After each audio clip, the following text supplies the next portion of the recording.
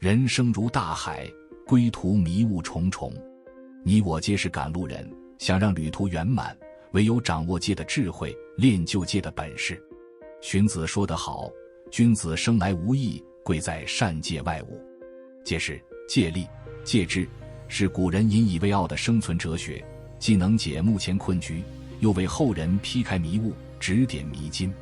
一、向天戒事。老子有言：道生万物，德养万物，物成其形，是推其成。意思是，道是万物之源，万物由道而生，由德而育。之所以呈现千姿百态，全因势的力量在背后驱动。世间万物皆有势，助力其成长。比如人的势，是内在气质与外在资源交织出的强大气场，包括权力、财富、知识、学识、人脉、个人魅力，共同铸就独特的影响力磁场。位高权重者不怒自威，正是这天成的气场，让人望而生畏。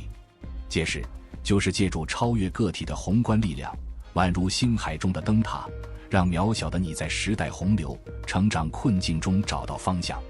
公元409年，东晋边境频遭南燕骚扰，维护边境百姓，北府军首领刘裕以勇猛善战闻名，主动请缨出战。但仅凭一人之力，难以撼动南燕的强势。他亲率大军翻越大岘山，兵分两路，前后夹击临朐。观察地形后，他决定闭营3日，静待天时。刘裕精心布局，选雨季北伐，利用河道水量充足，率军乘船北上，省体力，加速行军。途中，他巧妙避开南燕精锐骑兵，直扑都城广固，力求一战定胜负。晋军与南燕在临朐城下激战时，他用战车对抗骑兵，以步兵为主力，2翼步战车筑起铜墙铁壁，同时派精锐绕后偷袭燕军，使南燕腹背受敌，终获大胜。鬼谷子说得很：事成必合于术，道与时相合方胜。在人生路上，学会借势而行，顺应时代潮流、自身条件的变化，不断淬炼能力与智慧，方能攀登更高目标。所谓好风借势，扶摇直上九重天。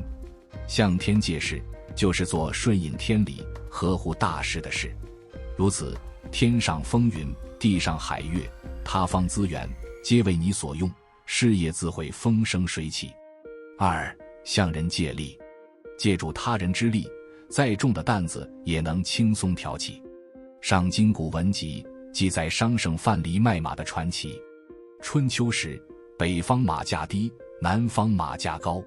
范蠡打算从北方买马运回吴越卖，但路途遥远，马群招眼，易遭盗贼劫掠。若雇壮士护送，成本一涨，利润就没了。后来范蠡听说姜子盾做布匹生意，要从北方运布到南方。这姜子盾是北方巨商，经营多年，有条安全的商路。范蠡找上门，提出免费帮他运布到南方。姜子盾一听，还有免费马队可用，当即拍板成交。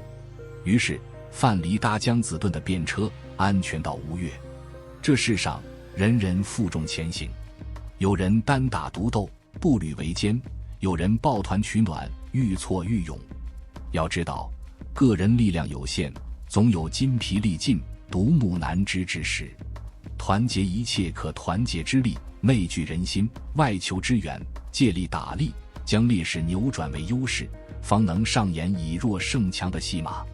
日后无论面对多大挑战，牢记借力者强，孤立者弱，善用外力，方显智慧。3. 向经典借智。何谓经典？经典有2层含义。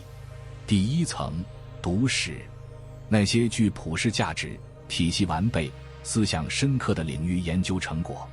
第2层，读人生，那些经时间、岁月、实践检验的先贤智慧精华。读经典，就是向前辈借智，用历史智慧应对未来变局，用前人种树的贴近人民经验破解当下难题。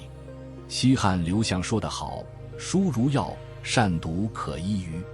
读经典的妙处在于提供名人案例、知识普及、实践理论，供你学以致用，淬炼做人品格、做事智慧、治学心态，脚踏实地，涵养胸怀与见识。但要融会贯通，还得靠自身思考。企业家曹德旺在《心若菩提》中自曝怪癖：到我家别想借书或要书，再好的朋友我也不给，真是爱书如命。他读会计学，学会做财务报表，规范运营企业，让承包的玻璃厂步入正轨。他读爱丽丝的聚焦，受启发放弃地产等行业，专注玻璃，让福耀做大做强。他不断从书中极致破解经营难题，终成名震全球的玻璃大王。罗兰说得妙，与书为伴，永不叹息。读经典就是把书中难点荡涤堡垒，像打仗般猛攻，遇到似懂非懂的问题，穷追猛打，直到吃透弄通。善于鉴别，主动汲取书中养分，边学边练，把经典吃透，才是读有用之书。